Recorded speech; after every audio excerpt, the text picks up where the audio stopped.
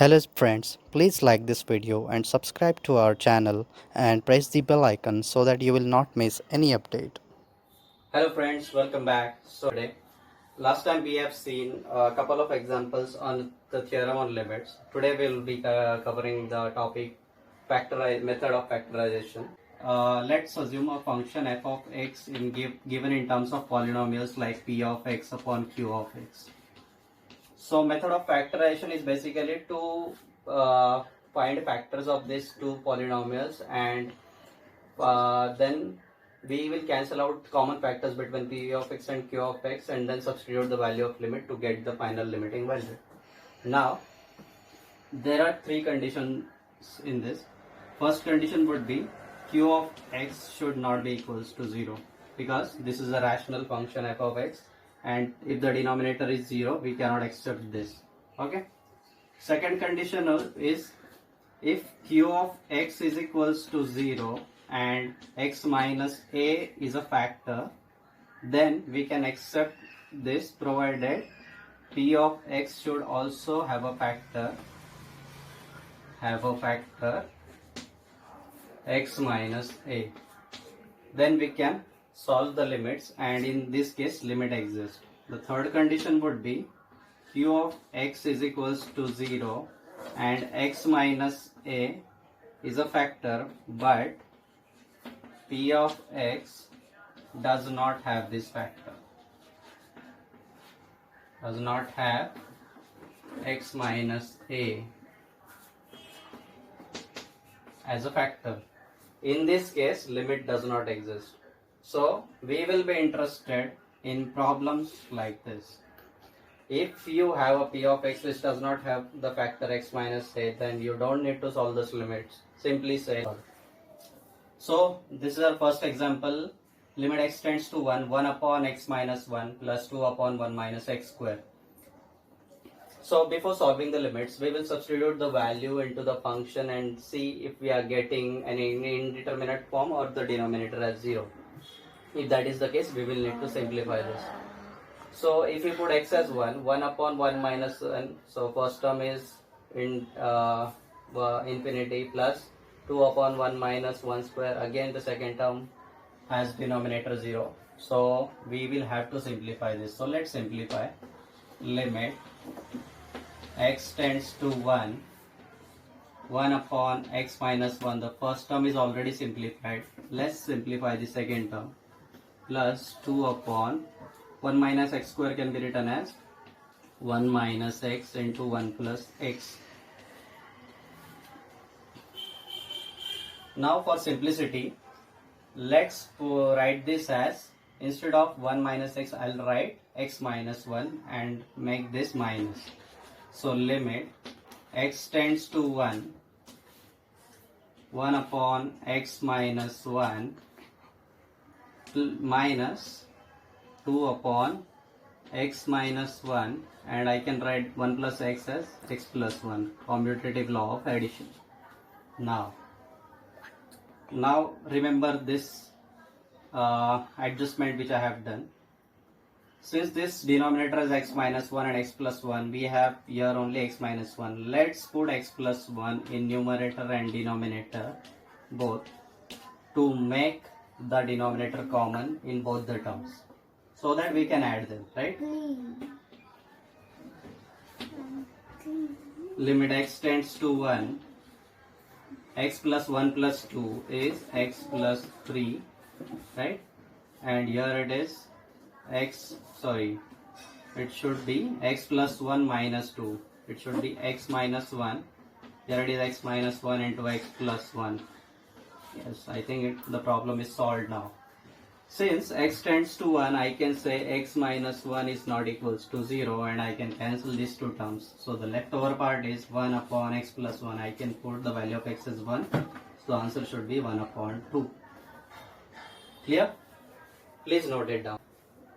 Now here is our second example. Limit x tends to 1, x cube plus x square minus 5x plus 3 upon x square minus 1. Now if you will observe, both the numerator and denominator has complex terms which are some polynomials in x. So let's factorize these two polynomials. Before factorizing, let's put x as 1, and then we will see if there is a need to solve it. So 1 cube is 1 plus 1 square is 1. 1 plus 1 is 2, minus 5 into 1 is minus 5. So 2 minus 5 is minus 3. Minus 3 plus 3 is 0. And denominator is very clear. 1 square minus 1 is 0. So we are getting a 0 by 0 form, and hence we need to solve limits. This is very clear. Now let's factorize these two terms. So as you will observe, numerator has a complex term, complex polynomial. So we will solve this using synthetic division. Yes, we all know synthetic division, right? So let's solve it. First term is x cube has coefficient 1, x square has coefficient 1, minus 5 and 3. Let's solve it. So I'll try with 1. So here it is 0. 1 into 1 is 1. 1 plus 1 is 2. 1 2s are 2. Minus 5 plus 2 is minus 3. 1 into minus 3 is minus 3. 3 minus 3 is 0. Yes, we have the term. Last term as 0, and hence we can say x is equals to 1 is one of the factors, right? So I can write x cube plus x square minus 5x plus 3 as I am writing it here directly. So as we know, x tends to 1, therefore x minus 1 is not equals to 0. Then I can cancel these two terms out. Yeah. And therefore, if we are substituting value of x as 1, we will get the answer as 1 plus 2 minus 3 upon 1 plus 1. So 1 plus 2, 3 minus 3 is 0. 0 upon 1. So answer should be 0. Yes, the limiting value of this function is 0. Please write it down. So our next example for today is limit x tends to 0, 1 minus cube root of x square plus 1 upon x square. So as usual, we will put the value of x as 0 into the above function to see if we need to solve these limits further. So 1 minus cube root of 0 square plus 1. So cube root of 1 again. So cube root of 1 is 1. Numerator is clearly 0 and denominator is clearly 0. So yes, we need to simplify this. But before simplifying, you will always first look for the complex term in any example. So this term is complex for me. So as we have seen in the method of substitution, we have to substitute such complex term with simple terms. So if I substitute, put cube root of x square plus 1 equal to t, right? So my x square plus 1 becomes t cube, right? So if x square plus 1 is t cube, your x should be square root of t cube minus 1, right? Because x square equal to t cube minus 1, correct?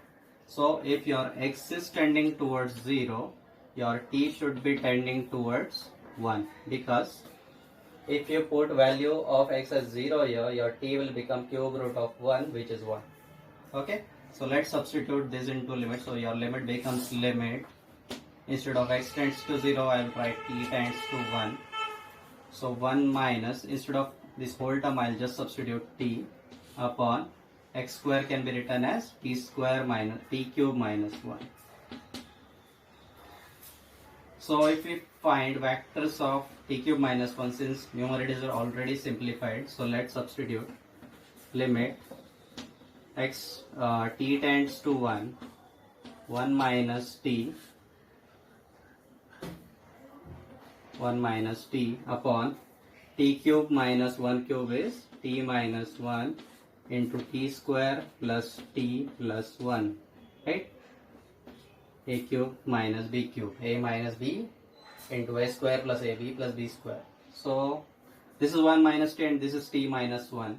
So I will make some adjustment like limit t tends to 1.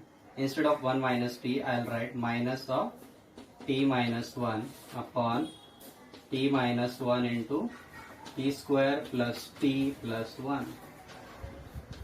and I can cancel this out because t minus 1 is not equals to 0 as t is tending towards 1. So let's substitute the value of t as 1. Your answer should be minus 1 upon 1 plus 1 plus 1. So your answer is minus 1 by 3. Please write it down. After this we are going to see method of rationalization. Yes, rationalization.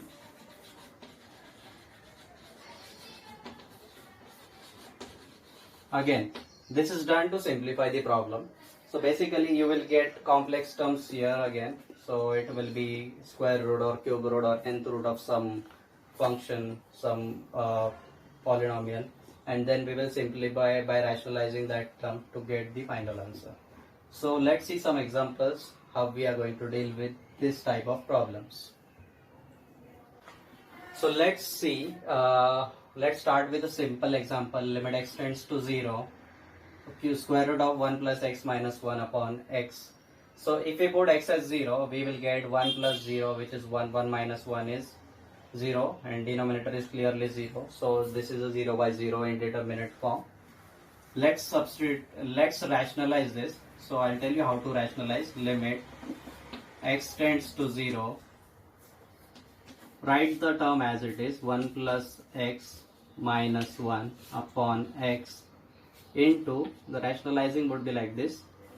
So we have square root of 1 plus x minus 1. We will rationalize this by square root of 1 plus x plus 1 into square root of 1 plus x plus 1. Okay. So now we have a term a minus b into a plus b. What is a minus b into a plus b? It is a square minus b square. So your limit becomes limit x tends to 0. A square minus b square will be 1 plus square root of 1 plus x ka square will be 1 plus x minus 1 square would be 1 upon x times square root of 1 plus x plus 1. So x is cancelled and the remaining part is limit x tends to 0 1 upon square root of 1 plus x plus 1. Now if you substitute the value of x as 0, you will get the final answer as square root of 1 plus 0 is 1 plus 1 is 2. So your answer is 1 by 2. Please write it down.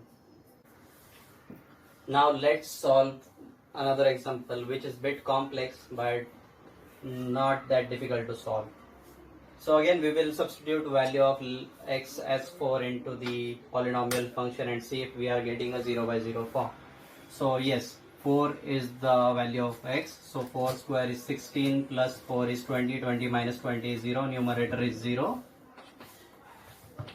upon x square as 4. So 16 minus 7 is 9. So square root of 9 is 3 minus 25 minus 16 is again 9. So square root of 9 is 3. So we are getting 0 by 0 form. You can try it. You will get the similar form. So hence we need to simplify these limits. So first of all, let's find factors of the numerator to solve it. So it will be limit x tends to 4. X square plus x minus 20 can be written as x plus 5 into x minus 4. Okay. These are the factors of the numerator and denominator is as it is, minus 25 minus x square.